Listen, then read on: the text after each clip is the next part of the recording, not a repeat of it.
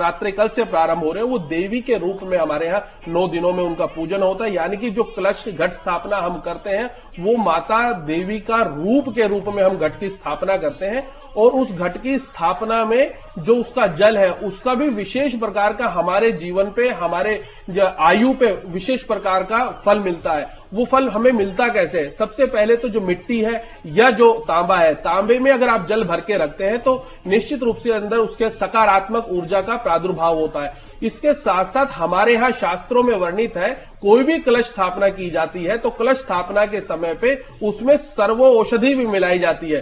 सर्व औषधियों में अनेक प्रकार की औषधियों का वर्णन मिलता है, जिसमें बच, कूट, जटामासी, गिलो, ऐसे अनेक प्रकार की औषधियों को मिलकर सर्व औषधि यानी कि अनेक प्रकार की औषधियां उसमें डाली जाती है। और हल्दी, अगर कोई औषधि आपको नहीं मिलती है तो सिर्फ हल्दी की गांठ भी आप उसमें डाल सकते हैं, क्योंकि हल्दी को हमारे यहां एंटीबायोटिक कहा गया है, इसलिए हमारे यहां हर सब्जी में हल्दी डाली जाती है। या कहीं चोट लगती है तो चोट पे हल्दी लगाई जाती है, तो वो एंटीबायोटिक होती है। तो वो हल्दी जब उसमें डालते हैं उस जल में, तांबे के लोटे में, वो जल जब 9 के 9 दिन आप उसका पूजन करते हैं श्रद्धा और विश्वास से, उस जल को हमें पूरे